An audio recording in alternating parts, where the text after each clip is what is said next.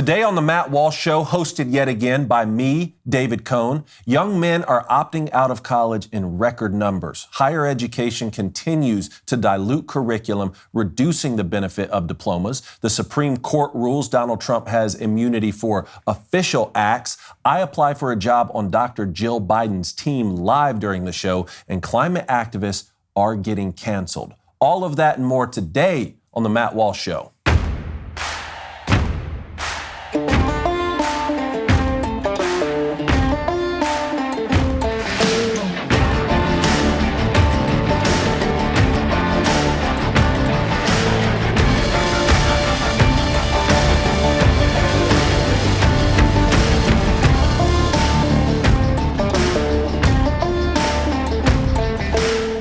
Saudi Arabia recently ended its 50-year petrodollar deal with the U.S., which has the potential to weaken the U.S. dollar. Since 1974, Saudi Arabia has sold oil solely in U.S. dollars, which was huge for our global economic dominance. Now, they want other options. If there is less demand for the U.S. dollar, what happens to its value?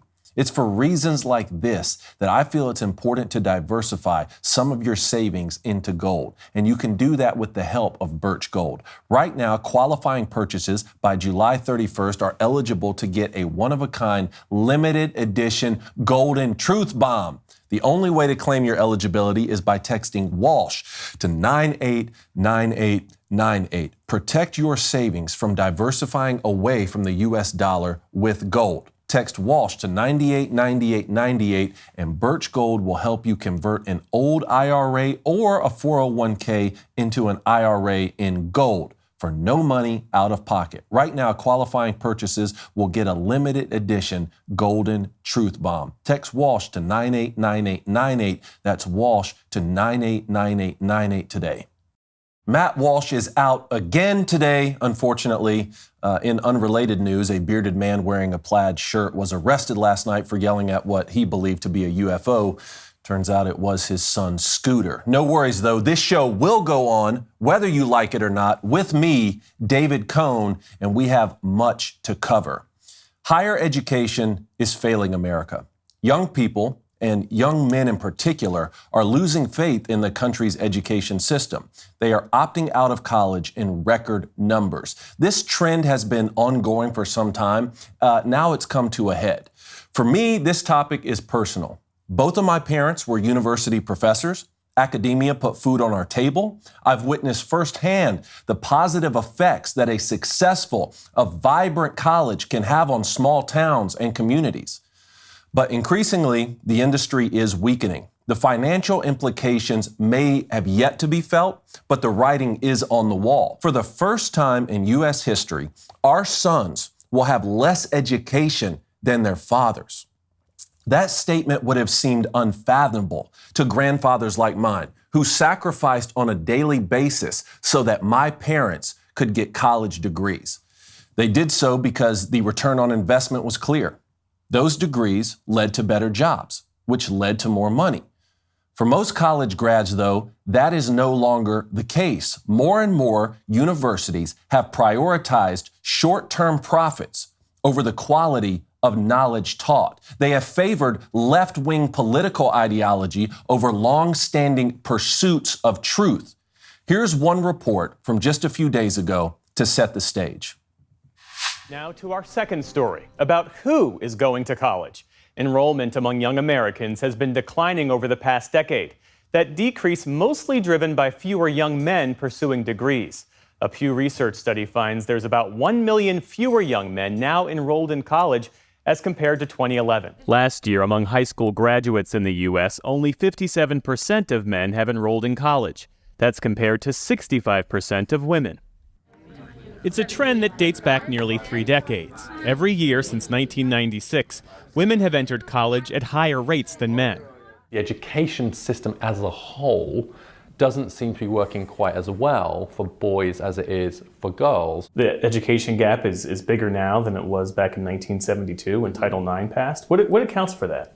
The main reason for that is that it's through the education system girls are outperforming boys. So you can see it from the beginning, from kindergarten, all the way through high school. And so if you look at, for example, high school GPA, which is a very good measure of success, take the top 10% of high school students, 2/3 of them are girls. According to census data, more women than men have college degrees in this country now. More women are likely to graduate within 4 years than men. Women make up 64% of pharmacy students. Women make up 56% of law school students. As of 2023, they make up more than 55% of students in the country's MD granting programs. In this 2015 study, using international data, researchers have determined that girls outperform boys in educational achievement in 70% of the countries they studied, regardless of the level of gender, political, economic, or social equality. Those didn't factor in whatsoever. Now, for some of these zero-sum percentages to be tilted in favor of women, that's not necessarily a bad thing. We have an entire country of highly capable females. We need many of them to get degrees, develop skills, and assist in the workplace. This is not a negativity session on women going to college. As I said, both of my parents excelled in academia. My mother has a PhD. My wife has a high-pressure career. Many of the department heads here at the DailyWire running things are capable women. Some graduated from college, some didn't graduate from college. However, those who say it's a good sign that more women are doing well in higher education must also admit it's a bad sign that more and more men are doing poorly. Or better yet, why don't we understand that living fulfilling lives and building better families and communities is the ultimate goal, not simply filling up more classrooms and obtaining more degrees. Kansas City Chiefs kicker Harrison Butker was chastised for making this point during his commencement speech at Benedictine College several weeks ago. Let's listen to this together. For the ladies present today, congratulations on an amazing accomplishment. You should be proud of all that you have achieved to this point in your young lives. I want to speak directly to you briefly because I think it is you, the women, who have had the most diabolical lies told to you. How many of you are sitting here now about to cross this stage and are thinking about all the promotions and titles you are going to get in your career? Some of you may go on to lead successful careers in the world, but I would venture to guess that the majority of you are most excited about your marriage and the children you will bring into this world. I can tell you that my beautiful wife, Isabel, would be the first to say that her life truly started when she began living her vocation as a wife and as a mother. I'm on this stage today and able to be the man I am because I have a wife who leans into her vocation. I'm beyond blessed with the many talents God has given me, but it cannot be overstated that all of my success is made possible because a girl I met in band class back in middle school would convert to the faith, become my wife, and embrace one of the most important titles of all, homemaker. This guy cares so much about his wife that he's tearing up during this speech. And this clip went viral for weeks with him being called a hateful bigot. I mean, it's barely acceptable. It's barely acceptable to embrace masculine virtue in the NFL anymore, the National Football League. It's completely taboo at colleges across this country. But the experts at PBS have it all figured out, though. According to them, girls are performing better because they have higher GPAs. This is why I've said for years, we need new metrics for intelligence. We need new identifiers for capability, GPAs, SATs, IQs. Give me one solid mechanic who can fix my car over this year's entire Harvard graduating class. I mean it. Harvard, once seen as the beacon for collegiate learning across the world, now appears before the Supreme Court to defend enrollment discrimination against Asians. Those higher GPAs mentioned are merely a symptom to larger issues. So what are those issues? For starters, personality. Much of the Western world right now will have you believe there is no difference whatsoever between men and women. So much so that one bearded, flannel-wearing man had to traverse the entire planet asking the simple question, what is a woman? Dr. Jordan Peterson frequently cites this difference in personality when he speaks about agreeableness. Research shows that agreeable students tend to get better grades than their IQs would predict. I mean, intuitively, This makes sense. If a student is on the borderline between passing and failing, teachers are more likely to pass the agreeable student and fail a disagreeable student. I can't help but think of the distinction between Howard Rourke and Peter Keating in The Fountainhead. If you haven't read it, you should. Rourke, the most steadfast character, the man who valued integrity above compromise, was expelled from school, while his classmate, who copied all of Rourke's work but was amiable, became the valedictorian. Another factor, and it shouldn't be shocking news, is boys do better with male teachers. Girls do better with female teachers. The problem is women make up 89% of elementary school teachers. So many young boys get a slow start. Young boys without fathers get an even slower start. And while we're on grade school, how about limiting recess? Eliminating this period may sound like a good idea to some who see it as a waste of time, but its removal has had significant ramifications on boys in particular. Researchers in the Journal of Medicine and Science in Sport found that, quote, the more time kids in first grade spent sitting and the less time they spent being physically active, the fewer gains they made in reading and math. Among girls, sitting for a long time without moving did not seem to have any effect on their ability to learn. I mean, anyone listening who has both sons and daughters understands this without needing statistics, right? I mean, my son is running around all over the place. What makes the topic of men performing poorly in higher learning so much more painful is that the outcome seems intentional. Western society is prioritizing feminine interest over masculine interest in every facet of our society. The goalposts are being shifted to ensure success for some members of our population, but not for others. In that, the pursuit of truth and knowledge and learning is lost. And let's be honest, that learning is not just lost for the men. Degrees all across this country are being watered down for every student holding a diploma. So here are four solutions that we must implement to revitalize our higher education system to the standard America needs. First, pointless curriculums that offer no marketplace value and provide no opportunity for students to monetize their learnings must be eliminated from public institutions. The University of South Carolina has a course called Lady Gaga in the Sociology of Fame. The sociology professor behind that course told the New York Times that, quote, the central objective is to unravel some of the sociological relevant dimensions of the fame of Lady Gaga. Gotcha. Cornell University, an Ivy League school, offers tree climbing. I'm not making this up. Cornell says the class will, quote, teach you how to get up into the canopy of any tree, to move around, even to climb from one tree to another without touching the ground. That's called being 6 years old. Go shadow Tarzan for a day. This shouldn't be offered at Cornell, private school or not. Pitzer College offers social justice activism. Texas A&M offers paintball. Denison College offers queer studies. Santa Clara provides lectures about the physics of Star Trek. And George Mason has a course that's simply called Zombies. I mean, personally have established yesterday that zombies are indeed real. I'd go with Michigan State's version, even though, look, I'm a Wolverine, they're Spartans, but their version that's called Surviving the Coming Zombie Apocalypse, Disasters, Catastrophes, and Human Behavior. That does sound a little bit more useful and interesting. But maybe the worst offender is Bates College in Maine, which offers a class on Whoopi Goldberg called Making Whoopi, Goldberg's Canon. Yep. There we go.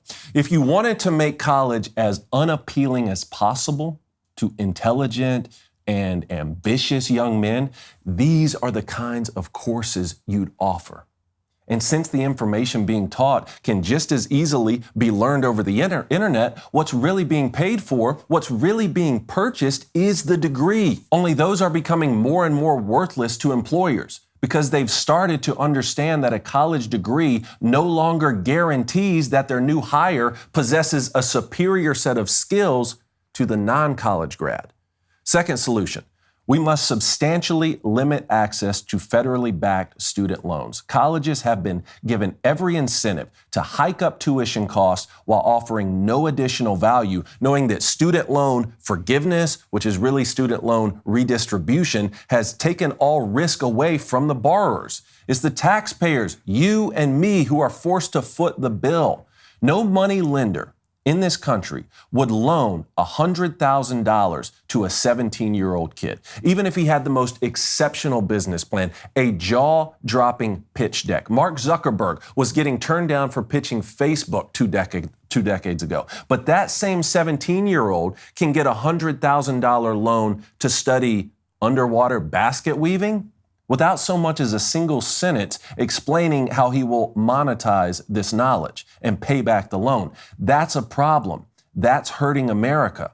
Third, stop teaching children that college degrees are essential for success. Of course, colleges don't want to hear that, but it's imperative for the rest of us to explain this to our children. Some kids need trade school. My brother studied aviation maintenance. He can fix airplane engines. I wish I could do that. It's a very important and in-demand skill. If he had only started earlier, we might not have planes falling from the sky. For some people, it's important to start working right away, rather than taking what has become a 4-year vacation, racking up debt along the way. There are interesting and lucrative jobs in the world that most people know nothing about. You don't have to get an accounting degree and become a consultant. That's why Mike Rowe and his show Dirty Jobs is so important. He highlights the beaver relocators and caviar harvesters, and fossil hunters and doomsday seed bankers, jobs most of us haven't even heard of. Even when young people decide to go to college, it's important they understand that the most prestigious degrees don't ultimately determine success. As Dave Ramsey pointed out, roughly 2/3 of millionaires graduated from public state schools. Only about 8% went to elite private colleges, and 12% of millionaires didn't go to college at all. Finally, it's past time to abolish diversity, equity, and inclusion and affirmative action initiatives that drive no meaningful diversity. Some states have already made this decision, but it needs to go nationwide. The kind of diversity that's important is diversity based on ability and thought and the geography of a person's origin in some instances, but not diversity based on immutable characteristics that people can't control. A young kid who shows exceptional promise of becoming a great engineer needs to have that opportunity, even though he may come from a low-income family and can't afford college. Those types of scholarships are important, and they exist for good reason. I use myself as an example. I was able to attend the University of Michigan on an athletic scholarship. There's no way I could have met the academic requirements or afforded the out-of-state tuition to attend that school, but I could play football, at least to some degree. That's how I contributed. It's what I brought to the table, a different skill set other than the other students. True diversity. And when we end the practice of accepting students based on their metaphysical makeup, despite their lack of readiness for that opportunity, dropout rates will go down significantly for those very students. If you really want to understand this concept to the fullest extent, I encourage you to read Heather McDonald's book, The Diversity Delusion. It's poignant, prophetic. Miss McDonald is a brilliant thinker and writer. Bottom line, universities should not be 4-year vacation centers where one explores how decadent and depraved he can be. Diplomas should not be meaningless pieces of paper that we obtain simply to hang on the wall so we appear smart to all those who enter our office. The goal isn't to hand out as many degrees as we can. The goal is to pass down from generation to generation the most essential knowledge that we possess for the betterment of our lives, our families, and our future generations. Now let's get to our 5 headlines.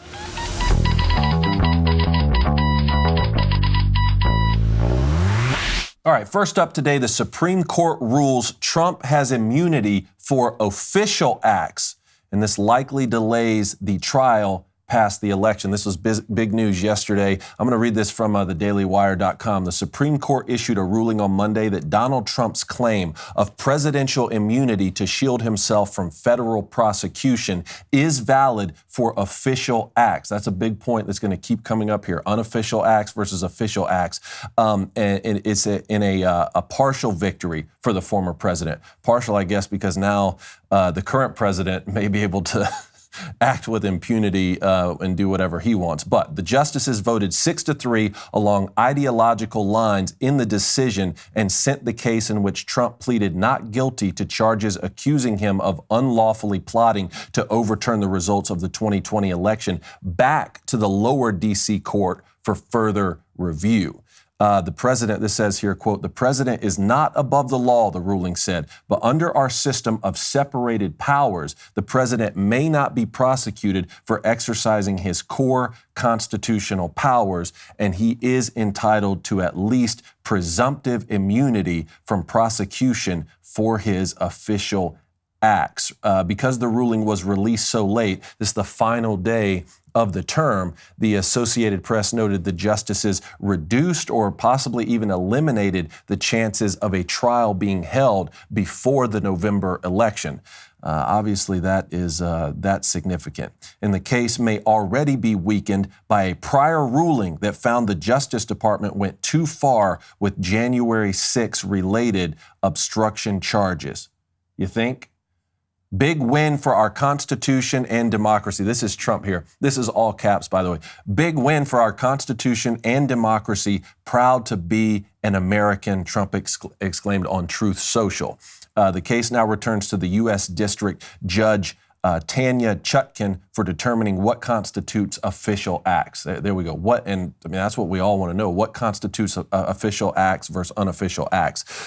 Yet even if some charges against Trump make it to the trial, the high court's ruling pose further complications for prosecutors. So any testimony or records of the president or his advisors probing conduct immune from prosecution may not be admitted as evidence at trial. This is Chief Justice John Roberts here, who wrote the majority opinion. Conservative Justice Amy Coney Barrett concurred with most of the opinion, but disagreed with the restriction on introducing protected conduct as evidence, saying there's no need to depart from familiar and time-tested procedure here. All three of the liberal justices opposed the ruling. In her dissent, Justice Sonia Sotomayor suggested the majority's reasoning would allow a president to get away with ordering a Navy's SEAL Team 6 to assassinate a political rival, or organizing a military coup to stay in power,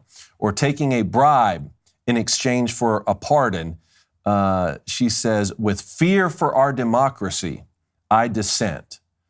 I wonder if she would fear for our democracy if we were able to add, let's say, 11 leftist justices to the Supreme Court. Would that endanger our democracy if we expanded the Supreme Court in that manner? Can we bring up what the president had to say about this? I know he held a press conference yesterday.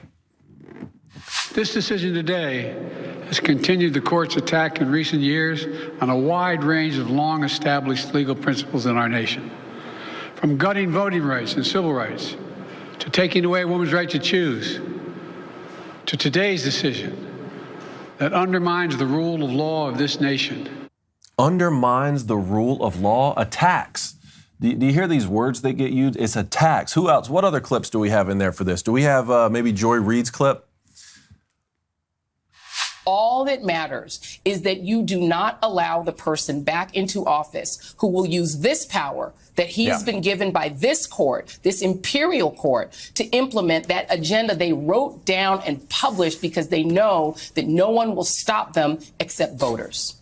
It doesn't matter if Biden is old. It don't matter. It don't matter if he's old. What matters is that the other guy wants to be a king, and this court has said, yes, you are a king, and we are the king's hand. And together, the seven of us. Take it away. I'm tired of her. It doesn't matter. It doesn't matter if Joe Biden is old. The other guy wants to be a king.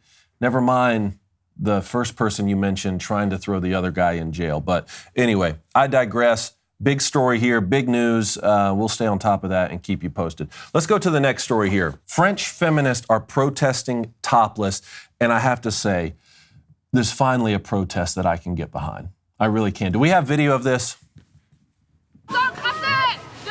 Yeah. Yeah.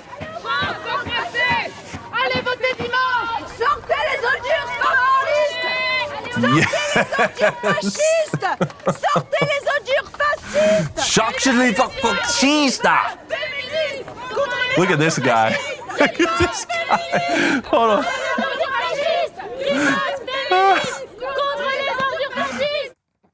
Man, that police officer, he didn't know what to do. Finally, a protest that I can get behind. The Eiffel Tower protest. Topless women challenge authoritarianism with anti-fascist slogans.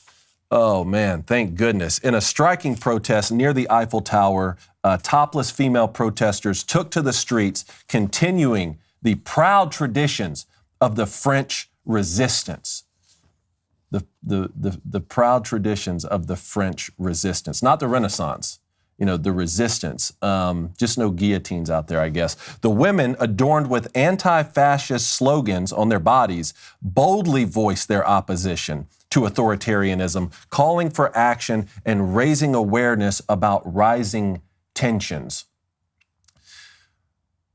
I won't make a joke about rising tensions. The protest featured theatrical elements with some participants carrying buckets and symbolically sweeping the streets. What I want to know, did they actually clean the streets though?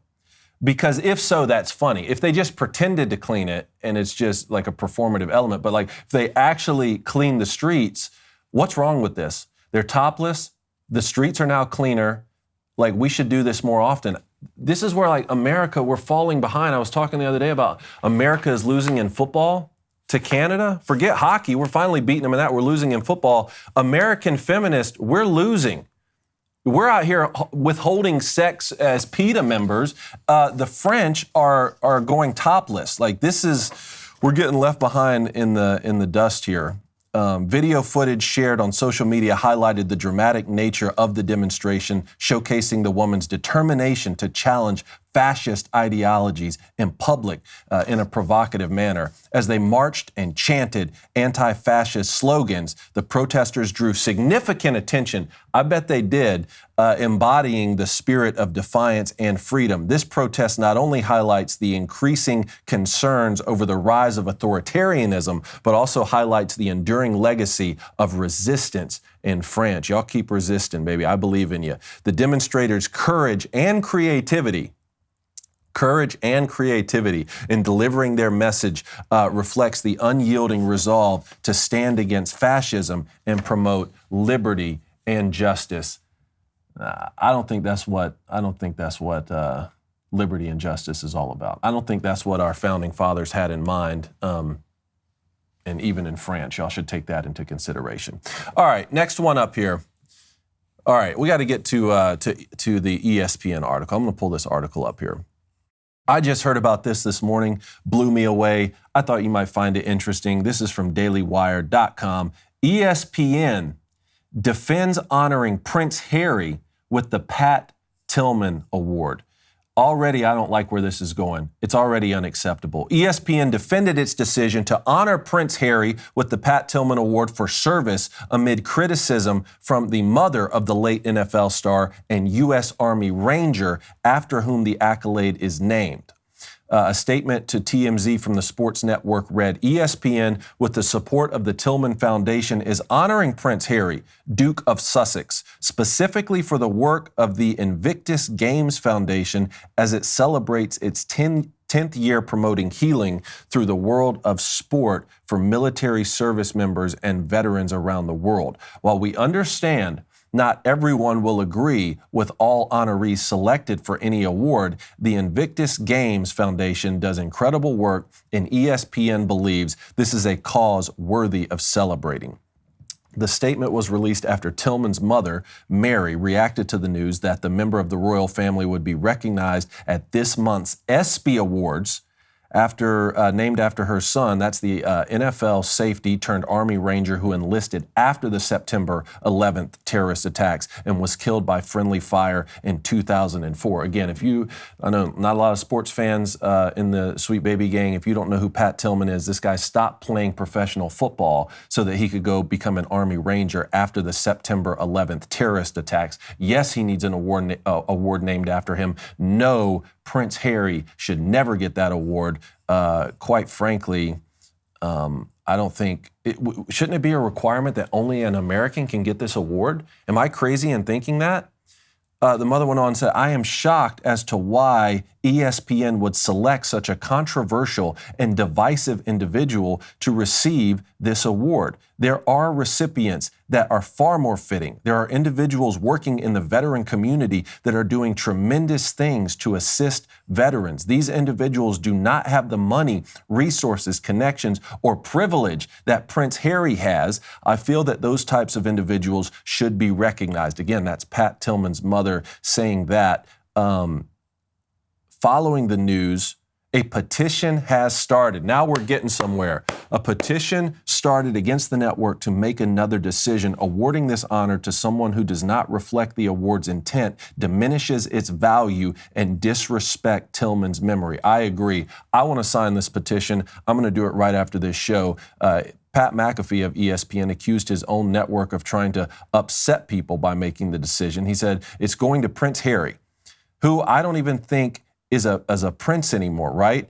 He said, don't call me that. See, why does ESPN do this? I mean, look, I don't listen to Pat McAfee that often, but he is right on that one. We need to establish that the Pat Tillman Award can only go to an American, and I agree with Pat Tillman's mother that there are more fitting recipients for this. So let's sign that petition. All right, last one up here. We're going to have some fun. Here's why we're going to have some fun, because Dr. Jill Biden has posted on social media that she needs a social media platforms manager. Okay? The job description has gone up with an application to be filled out. Here's the job description. Dr. Jill Biden, social media platforms manager. This is in Wilmington, Delaware. Dr. Biden, social media platforms manager, will report to Dr. Biden's digital director and be expected to write within an established organizational identity for multiple social media platforms and channels while strategizing how to further develop and expand Dr. Biden and the Biden-Harris campaign's voice online. Key responsibility: write daily content, strategize, project manage, ensure materials are sufficiently accessible for users, help Dr. Jill Biden's digital creator, blah, blah, blah. Preferred skills: experience working in writing. Check, I got that. Organizing, ideally digital, I got that. Boom. Experience working on social media. Bam, I'm on there every day. Has the ability to work independently and on a team with the ability to prioritize multiple tasks. Boom, I can make that happen. Innovative self-starter. Check. Strong writing skills. I'll let y'all be the determining factor for that. Eagle eye for typos. Look, I think I could pass. Comfortable drafting platform-specific copy for multiple channels. Pay $65,000 to $85,000 a year. Man, you know what? That's a little bit low for me, but I have to do this. I have to apply for this job. So that's exactly what I'm going to do. I'm going on here right now, apply for this job, and we're going to get started. Full name. I'm going to use the name. Someone called me. Someone said I don't look as much like a David Cohn as a Daniel Crum. So I'm going to use Daniel Crum. This is how I'm going to apply to be Jill Biden's social media writer. Pronouns. Bam. Love it. Second thing up. He, him, she, her, they, them, Z. No, it's X. It's XE and XEM. Is that one XM? Because then there's also Z, her, is ZE/HIR. There's an EY/EM, so EEM, her, HIR/HIR, FAER, and then there's a HU. Hoo-hoo. I kid you not. It's not just he, him, she, her, they, them. This is after my name, after Daniel Crum. The other ones are XE/XEM, ZE/HIR, EY/EM, HIR/HIR, FAE/FAER, and hoo-hoo. Look, I'm trying to get this job, so I'm going with hoo-hoo. Daniel Crum, what could that possibly mean? What are you asking people to do in society when they interact with you and you're like, I'm hoo-hoo. That's not even your name. That's what your pronouns are? I wish they'd put adjectives on here so I could just say, I want to be known as the awesome hoo-hoo.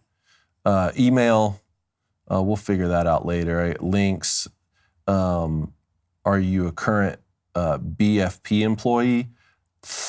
Does that hurt my chances or help my chances? I'm trying to get hired here, so I'm putting anything that's going to help me out here. Please list all languages in which you are fluent. Wokeism.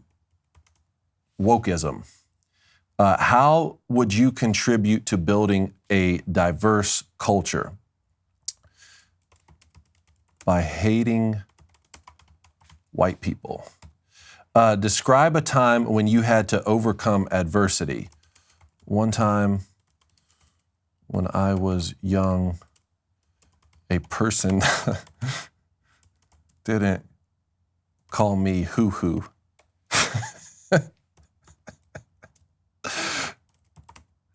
And I'm still recovering. They didn't call me hoo-hoo. Are you willing and able to relocate to Wilmington? Yes. Additional information, cover letter, we'll get to that. Gender, I already did this. Hold on, gender. Our company values diversity to ensure that we comply with reporting requirements and to learn more about how we can increase diversity in our candidate pool. We invite you to voluntarily provide demographic information in a confidential survey. I already filled out that I was hoo-hoo. This one's a drop-down menu, and now it's asking me male, female, decline to self-identify. Well, I'm going to click define it, but I'm going to write them. I need to write them in the comments thing that they don't have hoo-hoo under gender, and that is triggering. It's marginalizing my existence. Here we get to race. Hispanic or Latino, white, non-Hispanic, not checking that one, Black or African American, Native Hawaiian, Asian, American Indian, 2 or more races, decline to self-identify. I already put hoo-hoo. I'll put 2 or more races. Look, you go back far enough, man, there's something there. Veteran status, I can't lie on this one. I am not a veteran. Optional diversity survey. I kid you not, this thing goes and goes and goes. We invite you to complete this optional survey to help us evaluate our diversity and inclusion efforts. This is the First Lady. This is the President of the United States' wife who needs a digital manager. This is what's on the application to fill out. What are your preferred pronouns? This is the 3rd time I've been asked about gender and pronouns on this application right here. She, her, he, his, they, them. My pronouns are not listed. I do not wish to identify. Again, at the very top of this thing, I already put hoo-hoo, and that's not an option on either one of the second gender. I can't. I'm just going to put my pronouns are not listed because I already said hoo-hoo. What is your gender identity? This is the next one. Female, male, transgender, non-binary, non-conforming. I do not wish to identify. I'm going to put non-conforming. I go against the grain. Saucy, outside the box. What is your race, ethnicity? I just filled this out. This was just above this. White, Caucasian, Hispanic, Latino, Black or African, Asian, Native Hawaiian, Indigenous peoples, Middle Eastern, some other race. I do not wish to identify. I got to put some other race now to keep with the Daniel Crum character. Do you identify as a member of the LGBTQIA+ community? Sean, did y'all make this just so that I would fill this out and this isn't a real thing? This is a real website. I went to it and I'm filling it out. This is the 4th time I've already been asked about how yes, I'm a member of the transgender, of the LGB. I already put hoo-hoo as what I identify. Do you identify as a member of the disabled community? Look, I apologize to anyone out there, but I'm going to click yes on this I got to get hired. Are you a veteran? No, I won't do that. All right, submit application. Your application has been submitted. I don't know. We'll see. We'll see what happens. Maybe I'll get hired. Maybe I will finally be moving up in the world as Daniel Crum to work for the First Lady. Boom. Deal with that. Man, if I don't get hired, I hope I don't get fired here. Let's talk freedom. Real freedom. All this week, DailyWire Plus isn't just celebrating freedom. We're literally giving a year of it away. Buy 1 year of DailyWire Plus, get 1 year free.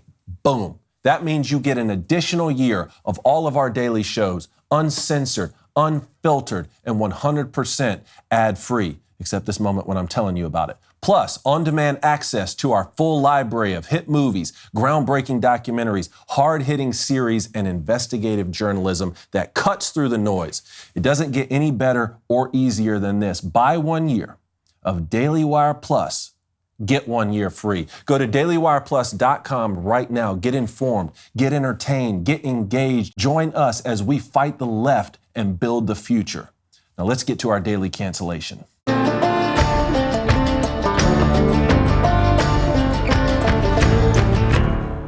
The counterproductive commotion of crazed climate activists has, for quite some time now, warranted cancellation. So today, I do my duty. Last year, a guy named Shayak Muhapahe, Shayak, look, I'm gonna call you Little Shay Shay. That's what you're gonna get here, was arrested after interrupting the US Open tennis major in Queens, New York. This was a relatively long delay. It lasted about an hour. The point of Little Shay Shay's stunt was apparently to raise awareness for, yes, climate change. The irony, of course, is that by traveling to the United States from India, where he grew up, Little Shay Shay probably emitted a few tons of those dreaded carbon emissions, thus not only defeating his climate protection purpose, but actively polluting the air himself. That is unacceptable.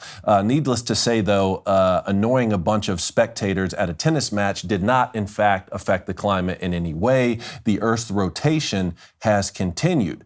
But Little Shay Shay was not deterred. He's the little engine that could. So late last month, he was back at it again, along with other members of the group Extinction Rebellion. They crashed the 18th hole at the Travelers Championship tournament in Connecticut, they peppering the course with smoke bombs. I kid you not. Let's take a look together. Look at this guy. Look at this guy. He's protecting the environment. That guy cares about the environment. That's why he's running around with a smoke bomb. Look at this one. Oh, yes. Form tackle. Sign him up, coach. Sign him up. One of them kicked the flower pot down here at the end. That's not good for the environment. Look at this. USA, USA. All that to the chance of USA, and people say America is finished. I've never felt more hopeful in my life. In case you can't read the shirts those trespassers were wearing, they say, quote, "No golf on a dead planet." First off, as far as protest t-shirts go, I have to say this one ranks among the dumbest. The point of golf is to hit a ball with a stick. Men will find a way to do that anywhere in the solar system. Also, why are you shooting red smoke in the air? Heathens, how dare you? You'll never be able to convince me that that's healthy, that that's a healthy byproduct for our environment. Just letting off all this red smoke in the air. You just made the air my children breathe less safe. But more importantly, why are these Arkham Asylum patients protesting climate change at a golf course? You're targeting the single most eco-friendly sport imaginable. The platform you're trespassing on right now, causing a scene, is in fact called the green. If they revolted against NASCAR, I could understand gasoline and concrete, cars going round and around in circles. That makes more sense. But you never see them protest NASCAR. Why? Because country folks who love racing, they don't play like that. There's not going to be any look the other way while the security guard comes in and form tackles and handles the matter. These lunatics wouldn't even make it to the track before Uncle Billy goes full Bobby Boucher with a tackle. So instead, these self-centered dramatists stick to golf and to tennis and to whatever it is this is. This is the World Snooker Championship. Snooker is apparently a form of billiards. I don't know. I shoot pool like a normal person, but let's watch it together. Quite know what that was for. Look at this guy. Look at this. You did something, man. Yeah, you really did something. You tell that mean ocean, Todd. All I know is that nothing of substance is being accomplished right there. This is childish behavior masquerading around as some sort of brave activism. How can someone possibly walk away from an act like this and think, I did good work here today. I helped Earth. No. McKenna and Jonesy, can y'all bring up one that's not a sporting event, please? I need an environment the Sweet Baby Gang actually recognizes before they become the Crybaby Gang. Please. Yes, Stonehenge. This is the one I want. Stonehenge, please. Here we go. Play this one.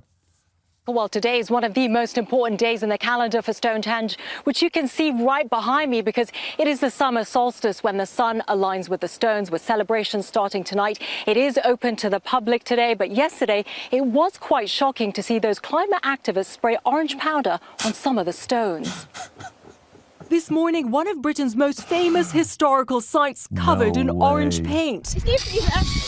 Watch as two climate activists run up to the ancient stones at Stonehenge, spraying fire extinguishers containing orange powder, vandalizing the 5,000-year-old monument.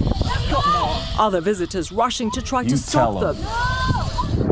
Officers arriving on the scene, arresting the pair on suspicion of damaging the ancient monument. On suspicion? You tell that mean ocean. I must dock these activists' creativity points, though. They're repeating the same shtick over and over with this orange paint powder. There's no way that's good for the environment you're championing, okay? Also, from what I understand, Stonehenge is fairly far from civilization, at least 80 miles or so from London, which I really don't like making assumptions.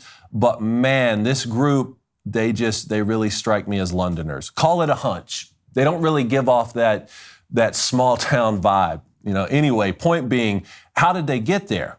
No way they walked. There's no way that they walked to Stonehenge. They drove cars, probably coordinated the disgraceful act with cell phones, and more likely than not, they drove further out of their way, drove further than necessary to hit the nearest Starbucks. Y'all aren't special, okay? You're not better than anyone else. You just want attention. Run the Van Gogh soup throwers clip, please.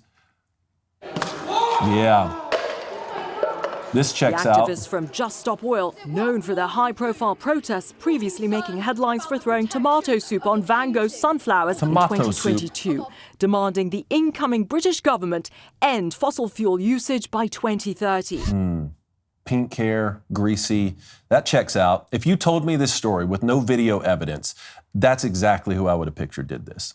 I've decided these nuts are among the top 3 most annoying types of people in the world. I mean, if I had to rank order the most irritating, infuriating, insufferable people, number one would be guys who make bets with their friends, and then when they lose, they don't honor said bet. Like if you join like a fantasy football league and you came in like last place and didn't do your punishment, you're the most annoying type of person. Number 2, people who ride up my bumper as close as they can on the road. Like anyone who does that, or worse yet, anyone who tells his friends he's proud of it, makes a whole rules of the road and blames the front car for going too slow. That guy is the second worst. And by the way, I just slowed down 15 miles an hour. How do you like that? But third worst are these dunces. That's it. That's the list. Now, I could spend all afternoon going through more examples. In just the past year of these simpletons making scenes all over the globe. Pull up the U.S. Constitution one. Play the U.S. Constitution. Here we go. Is this in the rotunda?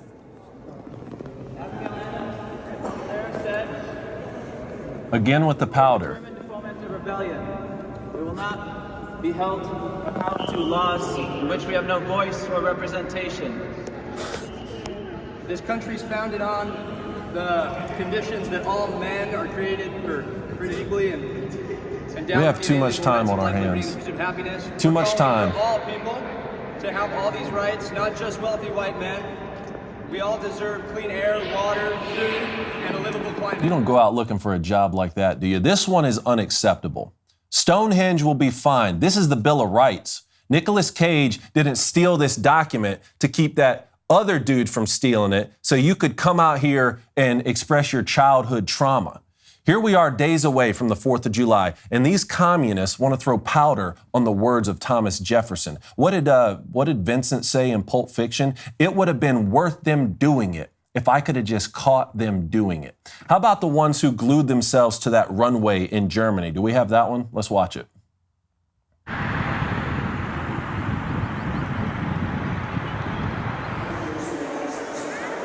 Like at least this one, you're trying to stop airplanes from taking off. Like, I can get there logically with what you're trying to do, gluing yourself there. Again, it's with this one though, like this is getting to the point. Ich denke, dass es vielleicht ein bisschen drastisch ist, so da das so viel lahmzulegen, aber an sich ist ja the right thing to do. Yeah. That's it. Good. Take that one away. He's speaking Sputnik. I don't know what's going on. But what's going on here is that this is getting to the point where I think there's a serious possibility that these people are unknowingly bankrolled by big oil companies to make environmentalists look crazy. That seems more plausible than someone thinking that this works. I mean, the one guy watching said it seems a bit drastic, but he concludes that cutting through an airport security fence and gluing yourself to an active runway is the right thing to do. This sums up exactly how the climate crazies have gotten completely out of control. They seem to think that just because they're passionate about something, that gives them some special claim to act out in furtherance of their agenda. And weak people have enabled them. The more encouragement they get, the more they'll raise the stakes.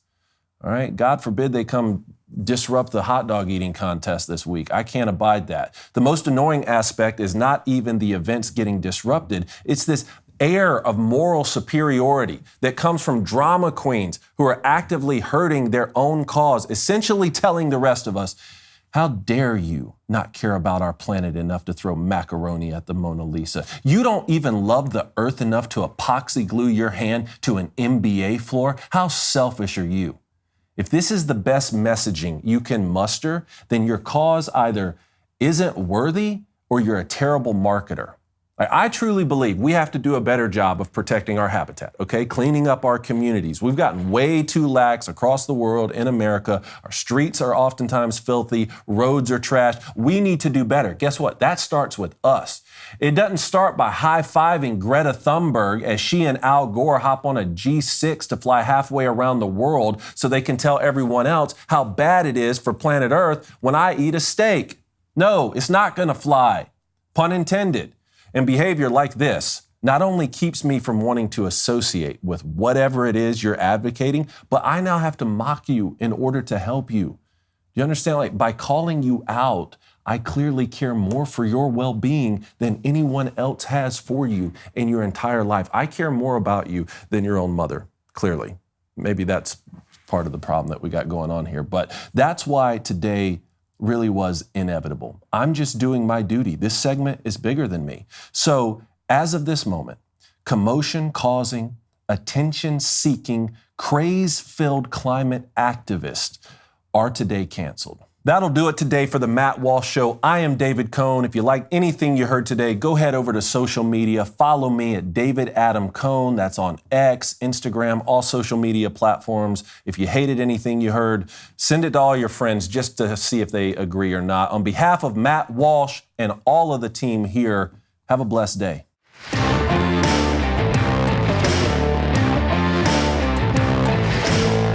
The Supreme Court gives Trump a huge win. A prominent liberal streamer says he would vote for an urn over Donald Trump.